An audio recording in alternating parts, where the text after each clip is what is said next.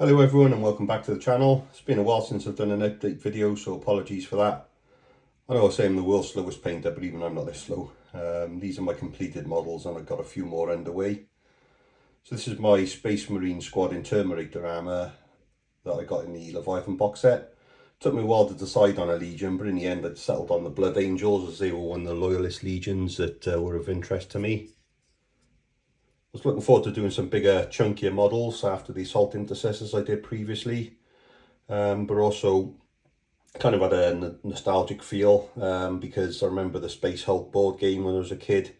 Although I didn't play it, I was into Blood Bowl at the time. I remember seeing the box art and the big Space Marines in the chunky Terminator armour.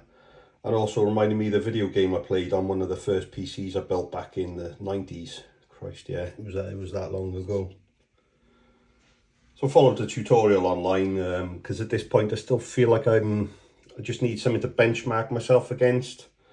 So I've gone with the standard Mephiston red for the main body, and then Corvus black for the undersuit and the Aquila on the chest, and then just done some detail on the rest of the model, the metallics. See if I can get that to focus on the belt. Also the Crux Terminatus as well. Just done Celesta grey on the Corvus black, and then just Celesta grey over the Mephiston red on the shoulder. So these are push fit models from the Leviathan box set. So I did, and they're also quite open stance. So I decided not to go with like a sub assembly. They were quite easy to reach all the parts that I needed to reach. Trying to do some more sort of fine detail, like I said, the Crux Terminatus, if I can get that to focus.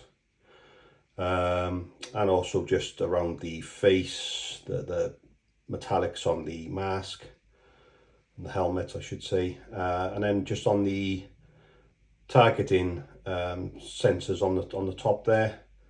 That's, I think it's Pilar Glacier and some Frost Heart over some Corax White that just help them pop out a little bit.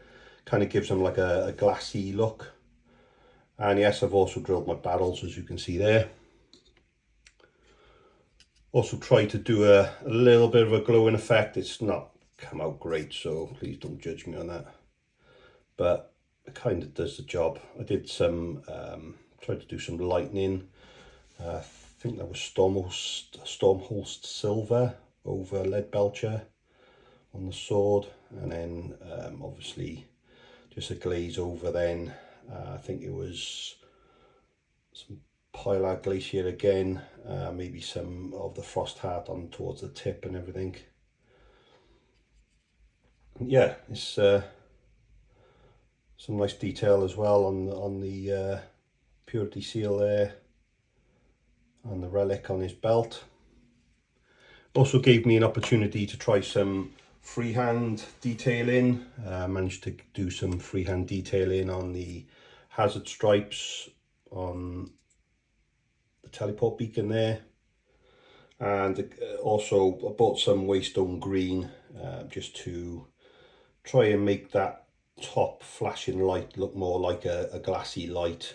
I think it's turned out quite nicely. If I can get that to focus again. Yeah, quite pleased with that. And then I bought some Spirit Stone red just for the targeting sensor on the chain gun there.